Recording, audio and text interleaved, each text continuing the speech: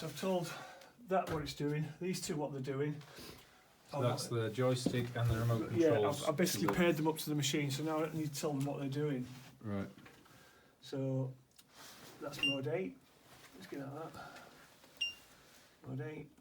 CP0, I'm going to call it to 0 and packet 1. And 1, I'm going to call it to 1 and packet 0.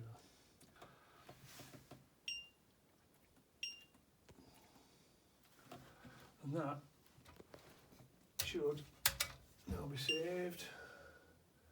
I'm going to back it up.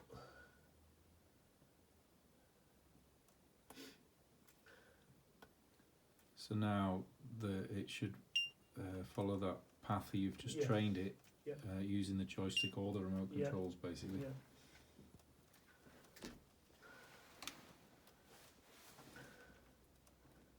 Back up.